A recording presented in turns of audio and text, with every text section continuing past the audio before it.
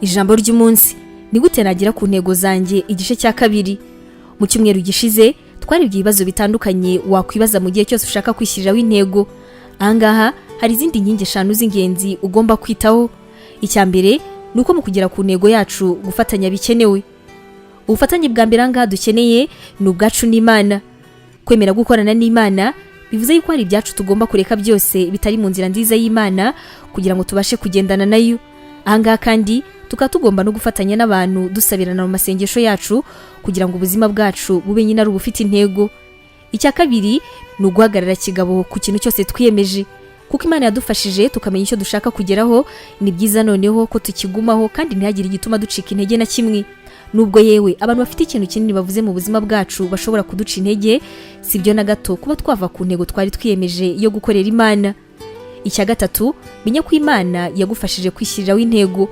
Numenya ko Imana yagufashije kwishyiraho intego, nta muntu n'umwe ku isi uzatuma utandukira, kuko ahangaha uzaba ufitanye ubufatanye n'Imana bwo kugera ku ntego yawe. Icya kane, nubwo intego zawe ari intego wafashijwe n'Imana, nazo zikeneye kuzitaho bya nyabyo. Ukeneye kwerekana yuko ufite umutima wo kugera ku ntego zawe, maze ahangaha rero Imana igakomeza kubana nawe. Icya gatanu, dukeneye guha agaciro ubuhangange bw'Imana. Biroroshye cyane kurwana ndetse no kwifuza kujya mu bintu, ariko kandi tukibagirwa yuko ari Imana tugomba kwitaho kurenza ibindi bintu byose byo ku isi. Gutsinda nyako bikaba bikenera kwita ku Mana kugira ngo tubashe kubigeraho.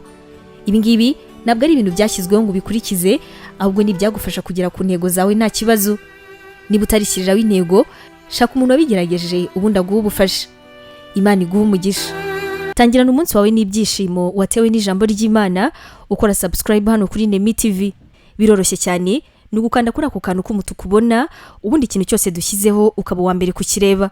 Ntugacikwe n'ijambo ry'Imana tukugezaho umunsi ku munsi, komeza ubane natwe. Waba utekereza ko wahamagariwe gukora umurimo w'Imana? Wifuza inyigisho zacu se zisohoka buri munsi zagufasha mu buzima bwawe, cyane cyane zigukomeza mu bibazo? Umva wifuza kwiga ibijyanye na teolojiya, ukamenya ijambo ry'Imana, intwaro yagufasha mu buzima?